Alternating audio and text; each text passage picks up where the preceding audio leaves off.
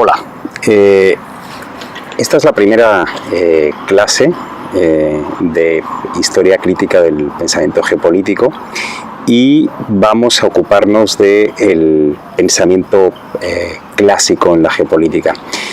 Antes de eso, no obstante, me gustaría comenzar por una pequeña introducción, porque generalmente casi todos creemos saber a qué nos referimos cuando hablamos de geopolítica, pero a veces hay malentendidos y a veces hay equívocos. Y es muy importante para este curso irse aclarando desde el primer momento o ir tendiendo a aclararse dentro de una pluralidad de posibilidades, pero es importante debatir de qué se trata la geopolítica, cuál es su objeto o sus objetos, cuáles sus métodos, etcétera, etcétera.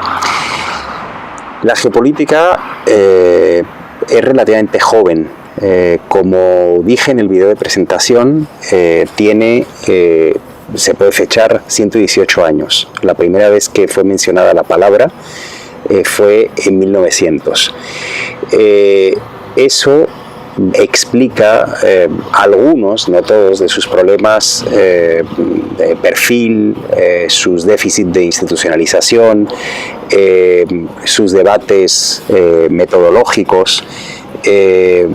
Es, desde luego, algo, ahora veremos de qué se trata, no me quiero aventurar a catalogarla como disciplina, porque eso es relativamente polémico, pero es algo que todavía digamos que está en formación, que está en articulación, que está en debate, que está abierto. La gran paradoja de la geopolítica, de hecho, es que es difícil definirla con una sola frase. En general, cualquier disciplina, ¿no? Estamos con un problema eterno y que no solo afecta a la geopolítica, pero sí quizás muy especialmente a la geopolítica. Una de las principales discusiones a la que acabo de medio mencionar ahora mismo es si se trata o no de una disciplina. En los últimos tiempos, sobre todo desde perspectivas críticas, se tiende a pensar que se trata más de un campo de problematización en el que confluyen diversas disciplinas para explicar y para abordar el estudio de determinados fenómenos que conjugan dos variables, poder y espacio. El problema de la geopolítica en parte es que durante mucho tiempo fue utilizada como un instrumento de acción, generalmente a los servicios o al servicio de los intereses del Estado o del Estado-nación, por lo que es difícil volverla a concebir o reconcebirla como una herramienta de análisis socioespacial que centra su atención en las relaciones de poder, ¿no? Eso es cambiar mucho el foco, eso es quitarle un poco una utilidad pragmática, positivista si se quiere, y entenderla desde una perspectiva mucho más académica, encaminada a entender los términos en los cuales se articulan las relaciones de poder en el espacio. El eje de la geopolítica giraría fundamentalmente a partir de cuatro variables. Por una parte, energía y recursos, el acceso y la utilización que se hacen de los mismos, la capacidad de producción y de transformación de las sociedades humanas, ideas y formas políticas, sin duda. En este sentido quiero recordar la Guerra Fría, fue muy prolífica en ese sentido, y las relaciones de fuerza entre diversos actores que se dan en el espacio. Lo que se analiza en la geopolítica, ya haya sido en una época, ya haya sido en otra, ya en una corriente, ya en otra, son las relaciones de cooperación y de conflicto que tienen lugar en relación a esos cuatro ejes que acaban de ser citados. ¿Hay una concepción única de la geopolítica? No, no existe. Hay dos grandes momentos en la historia de la geopolítica diferenciados en esos 118 años que he mencionado al comienzo de este video, que están marcados y cortados sobre todo por la Guerra Fría. Antes de la Guerra Fría, más o menos podemos ubicar lo que conocemos como pensamiento geopolítico clásico. Después de la Guerra Fría estaría lo que llamamos pensamiento contemporáneo, pensamiento crítico, por diferenciarlo un poco del anterior. De todos modos, las fronteras no están claramente separadas y definidas, y esta subdivisión, como suele ocurrir casi siempre en ciencias sociales, es muy caprichosa, porque en realidad estamos hablando de procesos y podemos identificar autores muy críticos en épocas anteriores al fin de la Guerra Fría y viceversa. Hoy en día podemos identificar una geopolítica muy conservadora y sobre todo muy limitada, no que porque sea conservadora es limitada, sino una geopolítica muy limitada, sobre todo en términos de métodos utilizados, de perspectivas, de enfoques, etcétera, etcétera. Las diferencias esenciales entre estas dos formas históricas de concebir la geopolítica a las que me acabo de referir se centran fundamentalmente en los actores y en los espacios, ¿no? Básicamente, en términos de actores, el pensamiento clásico simplemente se fija de manera casi exclusiva en los estados, mientras que el pensamiento contemporáneo tiende a centrarse más en un concepto mucho más amplio y al mismo tiempo ambiguo, como son poderes, ¿no? Los estados son una forma de poder, evidentemente, pero no son la única, y no todo poder está necesariamente institucionalizado, reglado, internacionalmente reconocido, etcétera, etcétera. La otra gran diferencia, cuando pensamos en el espacio, es que el pensamiento clásico se centra en el principio de soberanía nacional, básicamente, y claro, su gran referente son las fronteras internacionales, mientras que el pensamiento contemporáneo se centra más bien en la dimensión espacial de los problemas estudiados. Es decir, que si se estudian fenómenos como las migraciones, el crimen internacional, los corredores comerciales, importa un poco menos, no es que no importe, el lugar físico y formal donde eso ocurre, si se llama Chile, si se llama Argentina, si se llama México, si se llama Colombia. Lo que realmente importa es el espacio que abarca y los poderes que están funcionando dentro de ese espacio, sean estatales o no sean estatales. Esa es una diferencia fundamental entre el llamado pensamiento clásico y el contemporáneo. Y hay un elemento que finalmente los distingue muy claramente, y es que en el pensamiento clásico hay claramente un determinismo que liga el hecho social al espacio, mientras que en el pensamiento contemporáneo cada vez más se ha tendido a pensarlo mucho más disociado y desde luego no tan determinado, ¿no? por el espacio. Es decir, no porque haga frío o calor las sociedades se comportan de una manera determinada o son ricas o pobres o calificativos por el estilo. Para responder a la pregunta de cuándo se empezó a hacer geopolítica, tenemos que considerar algo muy importante, que es la geografía. La geopolítica, por lo menos en origen, estuvo muy asociada al pensamiento geográfico. Hoy en día no tanto. Hoy en día, como digo, la geopolítica es más un campo de problematización en el que confluyen disciplinas diferentes, y por eso hay sociólogos como yo que podemos estar aquí dando una clase de geopolítica. Hoy en día en la geopolítica confluye la geografía, confluye la sociología, confluye la ciencia política, confluye incluso la historia. En fin, es un lugar en el que hay perspectivas diferentes que pueden coincidir para enriquecer la explicación de determinados fenómenos.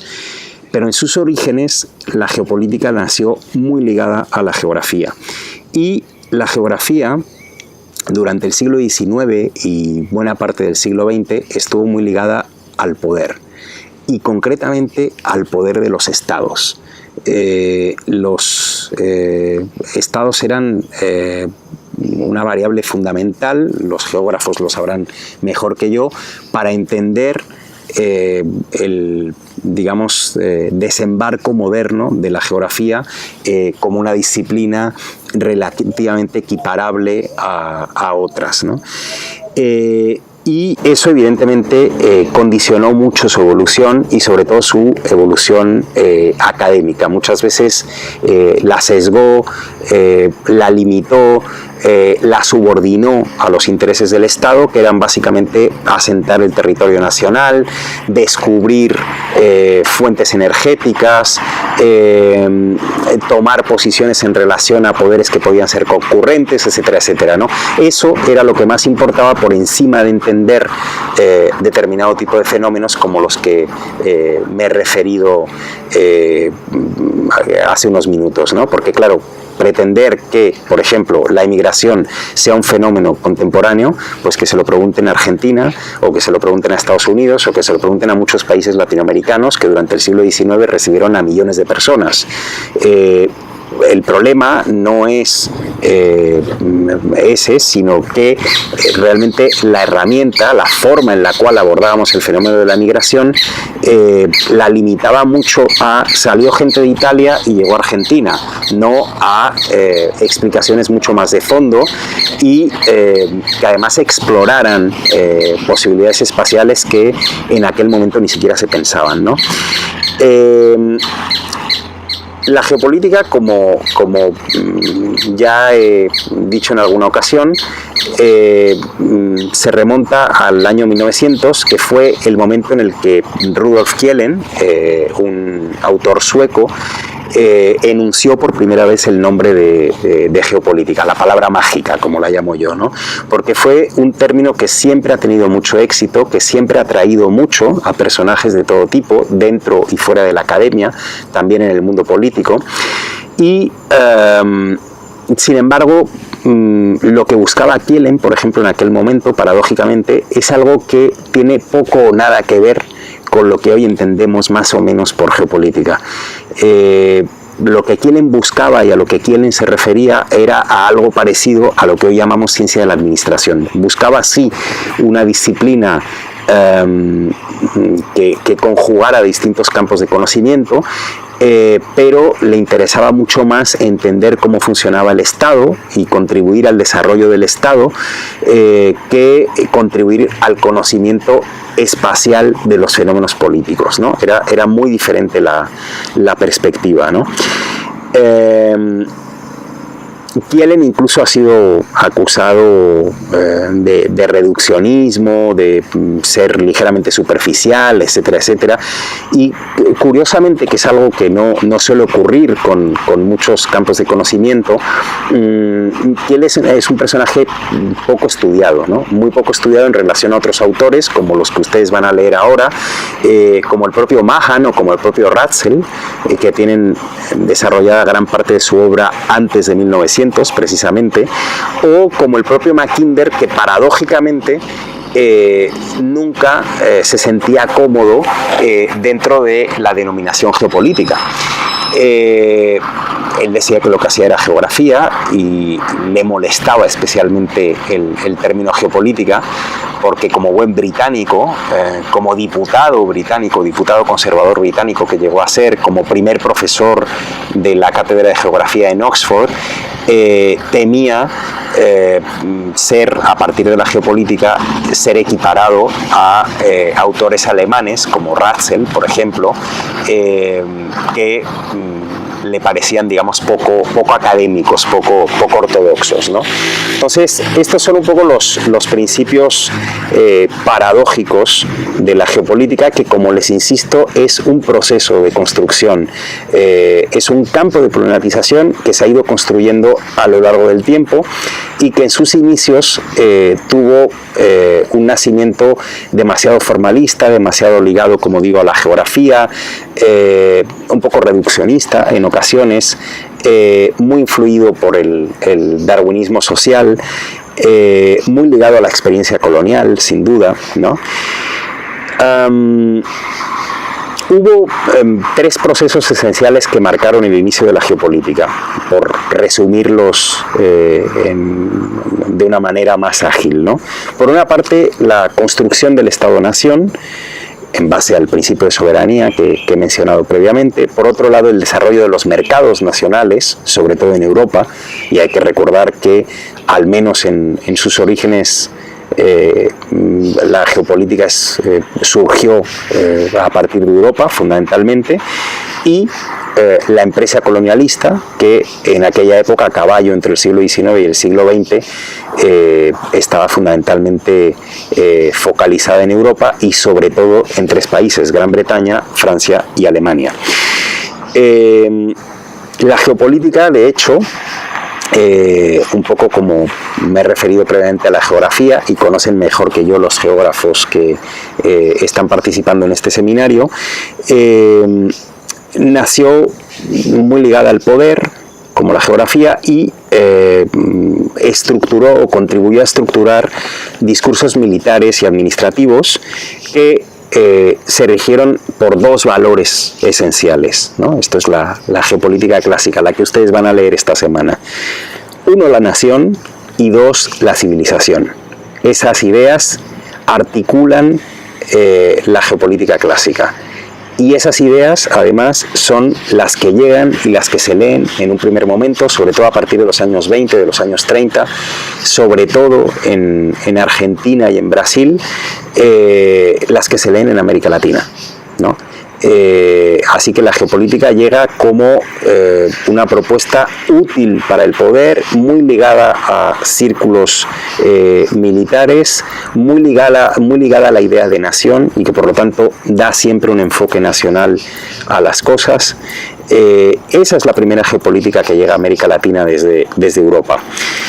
La consecuencia, en general, de esa concepción que llega, es que en realidad lo que se hace en América Latina básicamente es copiar modelos y tratar de trasladarlos y de proyectarlos a la realidad latinoamericana, que eso es algo que vamos a ver en las clases que se encargan de analizar el desarrollo de la geopolítica en América Latina, sobre todo en Brasil y en Argentina, que son los dos principales focos de pensamiento geopolítico, por lo menos en esta primera etapa de la geopolítica.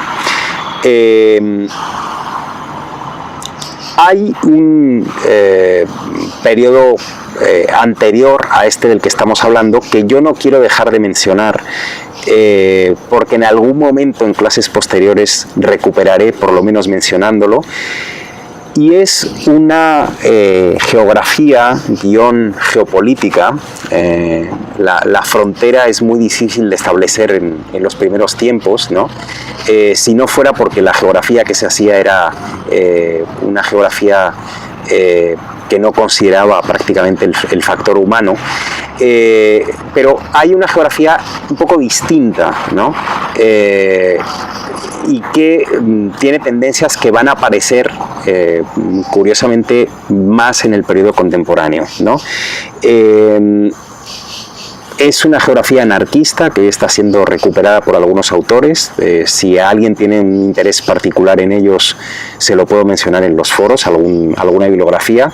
Está apenas empezando a estudiarse esos orígenes un poco diferentes, un poco no ligados al Estado, y que coinciden con dos grandes autores que son la gran referencia, no la única, ¿no? que seguramente muchos de ustedes conocen muy bien, que son Élisée Reclus, que era francés, y Kropotkin, que era ruso. El elemento interesante de este tipo de propuestas es que, a diferencia de la geografía y de la geopolítica, sobre todo ligadas al poder y ligadas al Estado, más bien lo que trataban era de construir el poder, entender cuál era el impacto de las relaciones humanas, el impacto del desarrollo, el impacto del progreso en el espacio, en el medio. Y no solo a un nivel de geografía física, sino incluso a un nivel humano, ¿no? Kropotkin, por ejemplo, pasó años de su vida, desterrado, por cierto, en Siberia, estudiando poblaciones indígenas y entendiendo cuál era el impacto del desarrollo en ellas, ¿no? Y bueno, ese es un poco una serie de planteamientos que obviamente en un momento en el que la geografía y la geopolítica tenían una perspectiva muy nacional, muy militar, muy estratégica, no interesaban y que sin embargo hoy en día han sido recuperados, ¿no? En aquel momento básicamente fueron más que aplastados, ignorados básicamente y olvidados. La primera institucionalización de la geopolítica, que siempre ha tenido problemas para institucionalizarse de todos modos, nunca ha sido un proceso fácil, lo ha tenido mucho más complicado que otras disciplinas como las relaciones internacionales. Ya trataremos en su momento esta relación, que es más problemática de lo que parece y de lo que se suele contar. Pero la geopolítica, los primeros intentos de institucionalización que tuvo fueron obviamente promovidos por los estados y había cierta intencionalidad de tapar estos intentos de justamente entender la realidad a partir de la conexión poder-espacio, ¿no? Hubo dos ámbitos fundamentales donde la geopolítica, de manera muy parecida a la geografía, se desarrolló. Uno, los cuarteles militares. Y yo sé que algunos de los estudiantes de esta maestría son militares retirados, entonces sabrán bien que es una palabra que sobre todo en América Latina siempre ha sonado muy bien en los cuarteles, ¿no?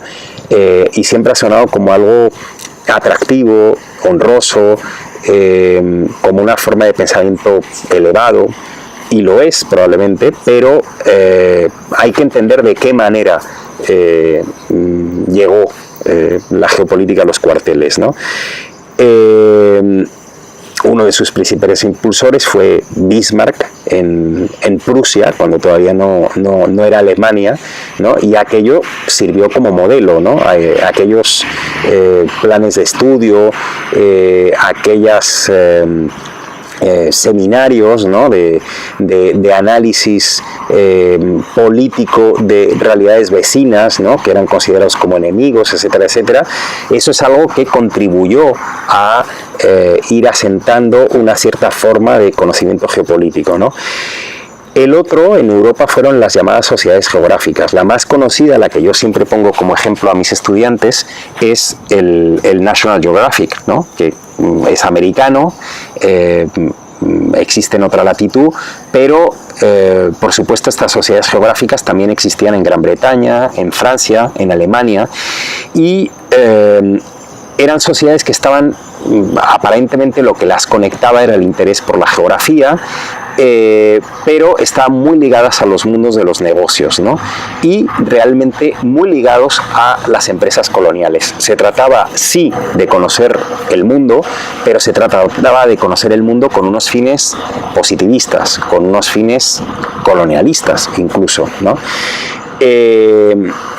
Así que bueno, ese es un poco el inicio o los inicios que marcaron en buena medida la evolución posterior de la geopolítica, por lo menos hasta la década de los años 40. Como focos de pensamiento geopolítico, cabe distinguir fundamentalmente dos, el anglosajón y el alemán.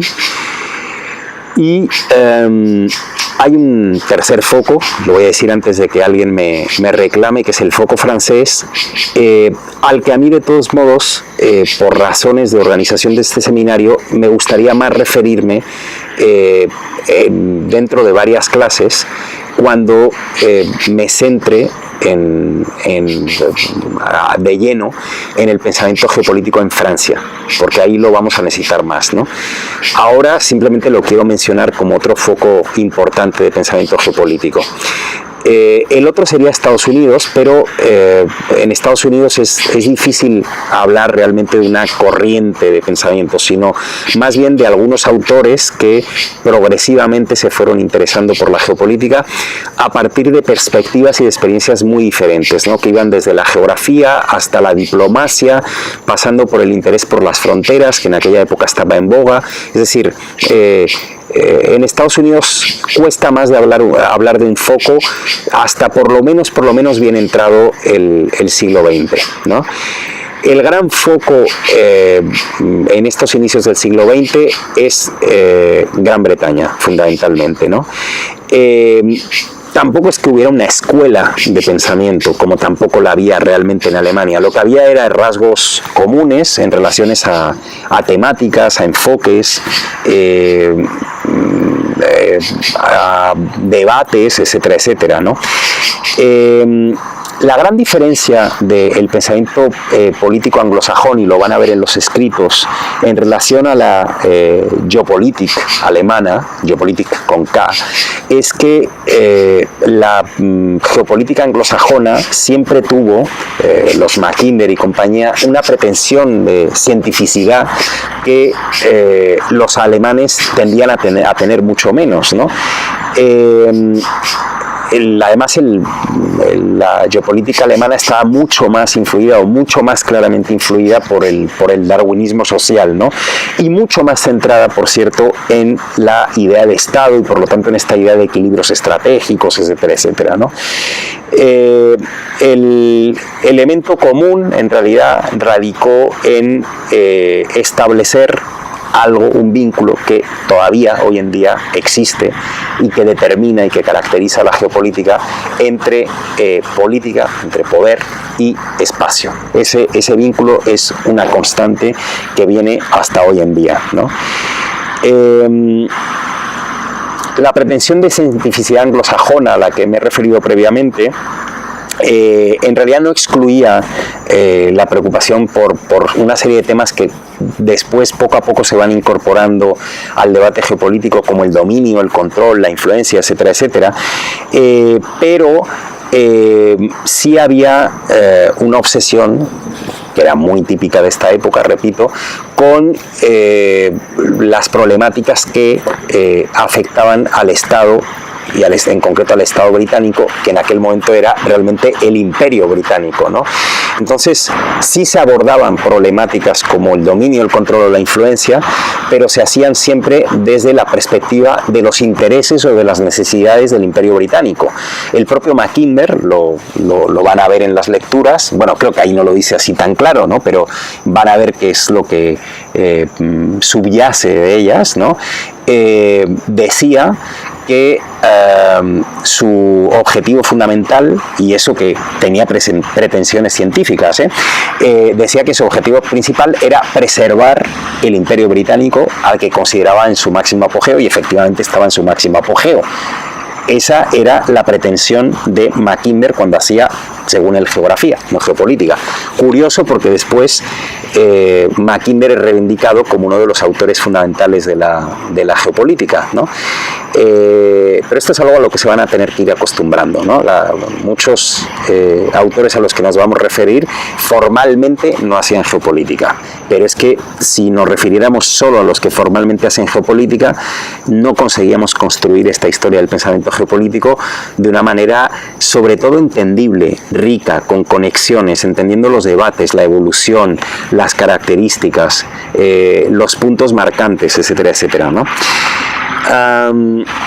Las grandes preguntas a las que intenta responder la geopolítica clásica anglosajona y alemana son qué tipo de recursos hay y dónde están, qué poblaciones viven donde hay recursos, qué obstáculos hay para explotar esos recursos, y ahí es donde empiezan a aparecer las pretensiones de cientificidad. Si caben deducir leyes generales, algunas leyes generales que relacionen recursos, poblaciones, etcétera, etcétera, ¿no? Actualmente todas esas preguntas continúan vigentes, y lo que cambia fundamentalmente hoy en día es el método y sobre todo el enfoque. Se han dado muchos pasos, la geopolítica de hoy en día es muy diferente a la geopolítica clásica, pero eso es algo que iremos viendo y que iremos entendiendo el porqué de esta evolución. Lo que me interesa que se queden, sobre todo, es con que esta primera geopolítica es muy importante porque aunque ustedes la sientan muy desconectada de América Latina, no lo está tanto. Está mucho más cercana de lo que parece. Todos estos autores clásicos, Kielen un poco menos, porque como digo, realmente lo que hacía se llamaba geopolítica, pero es un poco más discutible que sea realmente geopolítica. Pero autores como los de las lecturas, es decir, Mahan, Ratzel, Mackinder, el propio Haushofer, que es mucho más tardío, son autores que se leyeron aquí en América Latina y se trataron de adaptar a contextos latinoamericanos.